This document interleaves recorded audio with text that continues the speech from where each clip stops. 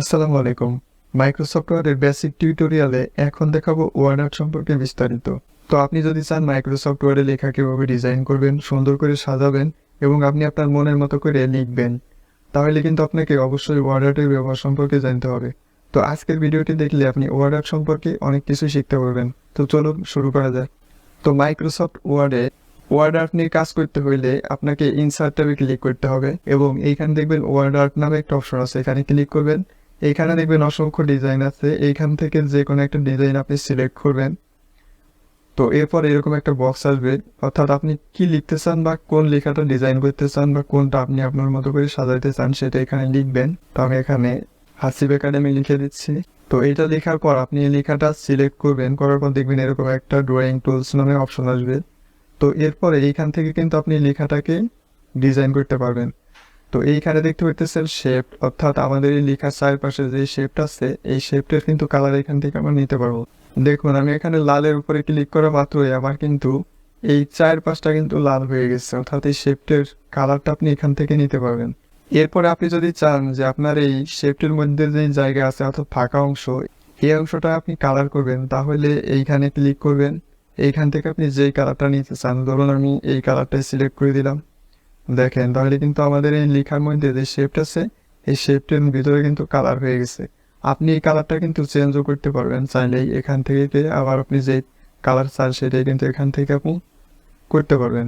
ধরুন আমি এটা সিলেক্ট করে দিলাম, দেখেন আমার কিন্তু এটা চেঞ্জ হয়ে গেছে। তো এরপরে আমাদের এই লেখাটা সিলেক্ট করার পর এইখান থেকে দেখবেন শেপ ফিল, অর্থাৎ আমাদের এই শেপটের ফিলে যে কালার আছে সেটা এখান থেকে চেঞ্জ করবেন, অর্থাৎ এই অংশ আর এই অংশটা সেম।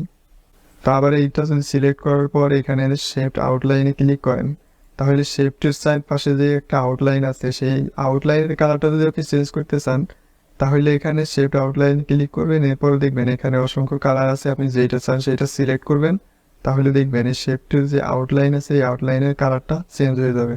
তো এরপরে নিচে দেখতে পাচ্ছেন শেপ ইফেক্ট, অর্থাৎ আমরা যে শেপট নিচ্ছি এই শেপটির যদি কোনো ইফেক্ট দিতে চাই তাহলে এখানে ক্লিক করব।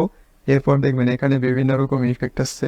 তো এখান থেকে আপনি আপনার পছন্দ মতো ইফেক্ট দিতে পারবেন। ধরুন আমি এই ইফেক্টটা রেখে দিলাম। তো এরপরে এই লেখাটা সিলেক্ট করার পর আপনি যদি এই পাশে আসেন, তাহলে এখানে দেখেন টেক্সট ফিল, অর্থাৎ আমাদের এখানে যে টেক্সটটা আছে এই টেক্সটটা এখন আছে সাদা রঙে। আপনি যদি চান যে এই টেক্সটটা এখানে কালার করবেন, তাহলে এই টেক্সটটা ক্লিক করবেন, করার পর এখানে টেক্সট ফিলে ক্লিক করবেন। এইখানে দেখবেন অনেক রকম কালার আছে, এখান থেকে আপনি যেই কালার নিতে চান। তো আমি যদি এখান থেকে এই হলুদটা সিলেক্ট করে দিয়ে ওকে করি, তাহলে দেখেন আমার কিন্তু এখানে কিন্তু কালার হয়ে গেছে হলুদ কালারের।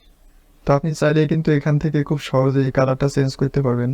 তো এরপরে আছে এখানে টেক্সট আউটলাইন। তো আমরা যে লেখাটা লিখছি, যেমন এখানে হাসিব একাডেমি লেখা আছে, এই হাসিব একাডেমির যে আউটলাইনটা অর্থাৎ এই সাইড দিয়ে দেখবেন।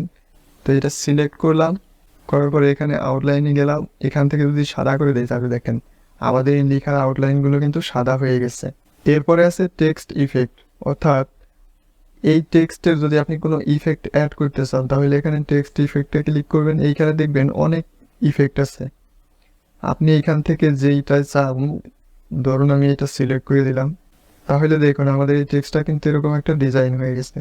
তারপর যদি চান যে আপনি ডিজাইনটা পরিবর্তন করবেন, তাহলে টেক্সটটা সিলেক্ট করবেন, করার পর টেক্সট ইফেক্টে ক্লিক করবেন। এইখান থেকে আপনি বিভিন্ন রকম ডিজাইন পাবেন, আপনার পছন্দ মতো এখান থেকে যেই ডিজাইনটা আপনি নিতে চান সেইটা যদি আপনি সিলেক্ট করে দেন, তাহলে কিন্তু সেই ডিজাইনটাই কিন্তু আপনার টেক্সটে অ্যাড হয়ে যাবে। তো এরপরে এই পাশে দেখতে পাচ্ছেন আরও কিছু অপশন আছে। যদি মাইক্রোসফট ওয়ার্ড সম্পর্কে আপনার বেসিক ধারণা থাকে এই কাজগুলো আপনি পারবেন, এই জন্য বাকি কাজগুলো আমি দেখালাম না।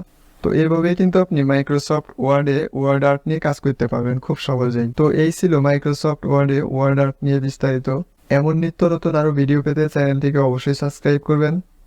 ভিডিওটি ফেসবুক থেকে দেখলে অবশ্যই ফেসবুক পেজে লাইক ও ফলো দিবেন এবং ভিডিওটি শেয়ার করে দিবেন সবাইকে দেখার জন্য। তো ভিডিওটি শেষ পর্যন্ত দেখার জন্য ধন্যবাদ। সবাই ভালো থাকবেন, দেখা হবে অন্য কোনো ভিডিওতে। সে পর্যন্ত আল্লাহ হাফেজ।